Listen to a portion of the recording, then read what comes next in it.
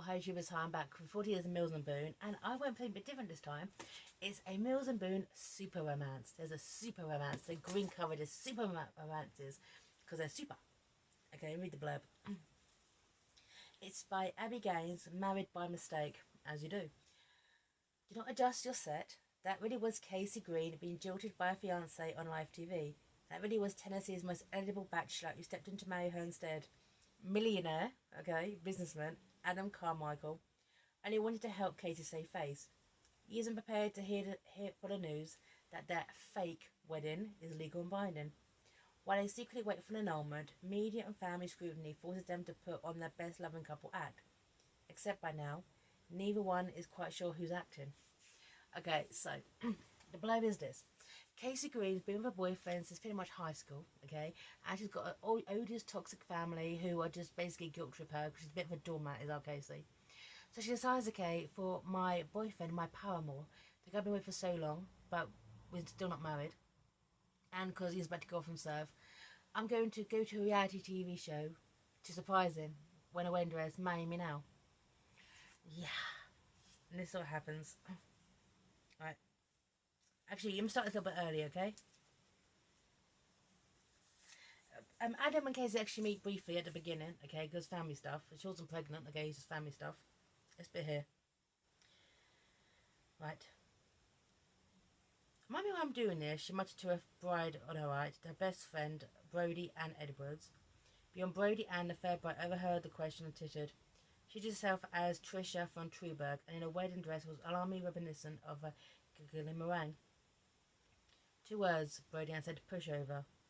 Oh yeah, I'm not a pushover, not anymore. Casey recalled the way Joe kept postponing the date for the wedding, and how the plans to move out of Parkvale kept getting put on hold. Yeah. Then she summoned to mind a letter she'd received last month from my sister Karen, a letter that gave Casey the urge to get away, far away from possible from her hometown. So it's actually called Karen.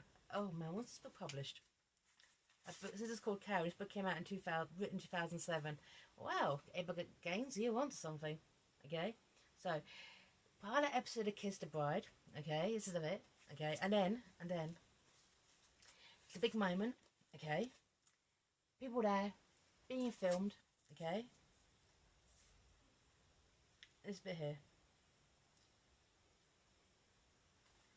Right.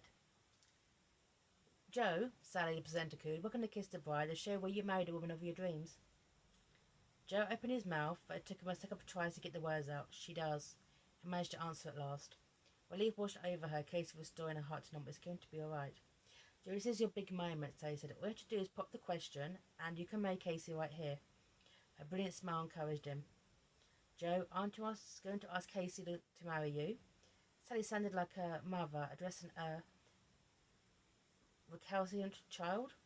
Joe spoke loud and clear this time. No, I'm not. I like that in a way, you know, because so these women they get dressed up in a wedding dress, basically force the guys to marry them. Propose we can get married right now. What does the man want? Who cares? Who cares in this scenario? Okay? But the thing is, millionaire businessman Adam Carmichael, who's part of this show, steps in because he thinks it's not legal. Okay, it's just simple. It's not a legal wedding. Okay, you know, it's kind of like if you watch Here Comes a Bride. Okay, normally the guarantees come later. Okay, right, this bit here. It's straight after they get married. That wasn't over a wedding. As soon as Casey has a chance to work out where she's going next, I'll make an announcement to that effect. The lawyer's jaw dropped. Then he broke into the wheezing laugh of a chronic smoker. A laugh that sent a tremor of unease through Casey. What's so funny? Am I wrong, or was that David Dubois who performed that little ceremony out there? Adam nodded. The same David Dubois who served as a commissioner in Fair Court a couple of years ago? Adam nodded again. I believe he did. Now, my friend, I have news for you. State of Tennessee allows marriages to be formed by any current or former county executive, as well as ministers, judges, and the like. For the rest of your life, your pal can legally marry anyone anywhere in Tennessee as long as they have a marriage license. You did get a license, didn't you? So, he didn't think it was legal. She didn't think it was legal. It turns out it's legal. They're legally married.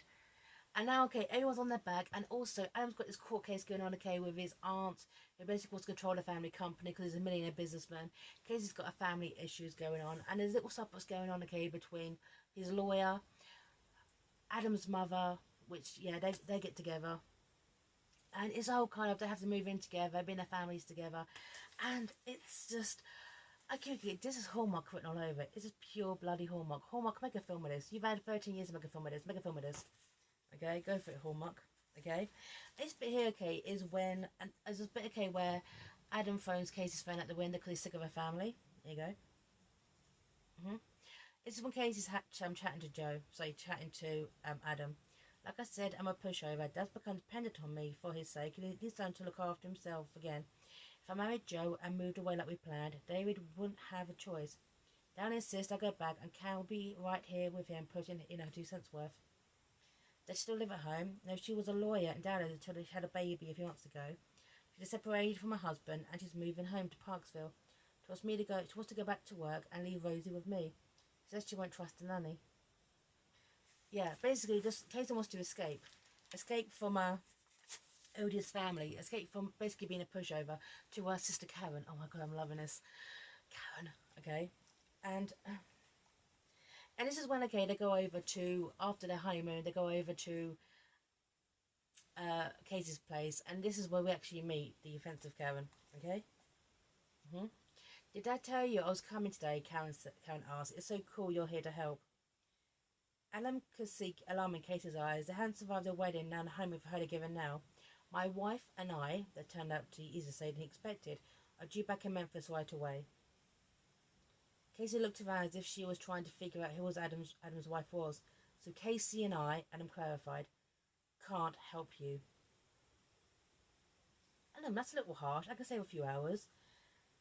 Katie shifted from one foot to another. He mouthed something at her, and Casey recognised the words tough love. She bit her lip. He was right. Postponed by 2 or 3 hours, what Karen would see as abandonment won't change anything. She cleared her throat. We're not staying, Karen. So close to Adam. He locked his hand in hers and sent him a startled glance. That's right. They were pretending this marriage was genuine. Right. Yeah, tough love. Tough love. Basically, kick Karen to the curb. But they do give excuses, okay, for Karen's behaviour. Like, she's just a nervous, experienced new mother, sort of. Okay, anyone takes advantage of their sister like that is just a bitch, okay? So, also, okay, there's media scrutiny going on as well, because people don't know if this is real or not, did they do it or not. Joe reappears, okay, basically says to Casey, I want to get back with you, and she says, no, I don't love you anymore, Adam. If we would have got mad, it would have been just a convenience sake, and we didn't really love each other, it was just convenient, okay? So,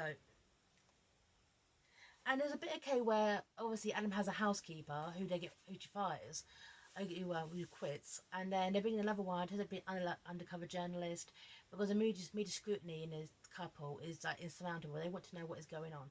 Okay, once again, the court case due to Adam's witch of an aunt, who obviously wants a company for her son, and his son doesn't even want it to start with. So there's a court case going. There's a lot going on in this book, a lot going on. But I generally did like the chemistry between Adam and Casey. It's very vanilla though. Okay, puts wacky. It's the Mills and Booth super romance, and it's the first one where there's no sex. Where there's sex, there's no sex scenes at all. There's zero sex scenes. Okay, right.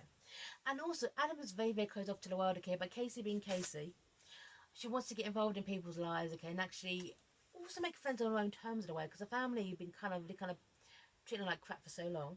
Okay, right. Casey, he said silkily, this is chapter 13. The note here is from Mr. and Mrs. Bob Harvey saying they'd be delighted to attend lunch here on Tuesday. Tell me it's come to the wrong address. Not exactly, she said, around a mouthful of cornflakes. It scowled.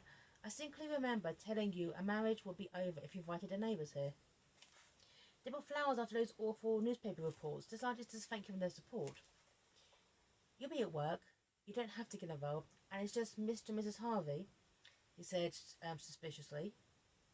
I invited Alison down on the other side as well. They're preschoolers. She and Harvey don't know each other, but the kids don't have any grandparents, so I thought she's still trying to organise people's lives. She's always trying to do that. Okay? In a way, she kind of really enables people's behaviour. Okay? Right. And I like the fact that, okay, that Adam, okay, in a way, it kind of gives into her enabling behaviour, but he takes no bullshit, and I like that about Adam. This bit here, okay? Right, this bit here. Right, this bit here. He isn't working too hard, Adam said. I'm always trying to get her to slow down. What work? Karen said curiously. The newspaper said you don't have a housekeeper. I don't expect my wife to do housework, Karen. The guilt in her eye suggested a target.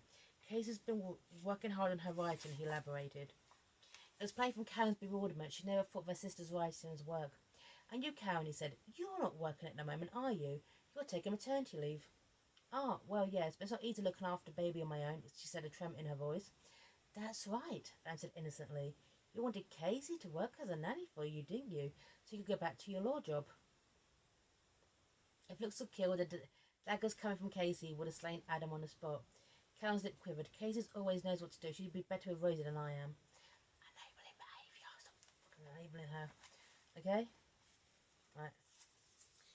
And the thing is, though, to basically make Adam's court case better, because people don't move, because apparently you had to get married to ensure his inheritance, and now he's married to get his inheritance in his company, people don't believe it. His lawyer basically says, well, if you guys have a kid, have a child, the courts will basically say, yes, this marriage is legitimate, the money is yours. And so Adam brings up having a baby with Casey, who he actually generally falling for, but this is when it all kind of goes in a bit of a disagreement, and they do split up. But they get back together again, obviously, because this is a Mills and Boone. Okay, right. And this bit here, this is just an example, okay, where people got married in haste. Okay, this bit here. Some were saying a baby would help with our legal battle. He said. He allowed the court to delay its decision. He said the best way to prove our relationship is to lasting and committed is to have a child together. He reached across the table, grabbing his hands, a baby case. Let's get married and have a baby. Adam, her voice shook. I can't have children. And though she'd known it for a long time, Tenham now brought a stab of pain so fresh it took her breath away. What do you mean can't? Well, she had an appendix removed and left her an infection. And and the thing is, it matters to Adam, but the thing is, it matters to her. You get to kind of see Adam's kind of mentality kind of shifting a lot in this relationship. I mean, it's a business deal, then they're dating, then they're falling in love, and it ends with her actually, thanks to the medical surgery, actually having a child, okay, being happy. So, his book is long, there could be some of the subplots. I genuinely liked it. And I love the fact that Adam stuck to Karen. This book was onto something. So, yeah, I liked it. But this the fact is, okay, that all the people to meet, Casey met with a millionaire businessman. God, couldn't get Joe the janitor. He was like, just next to him. So, Married by Mistake by Abigail. Mills have been super romance. It's a super romance. As 40 years of Mills have been sign off here. Bye now.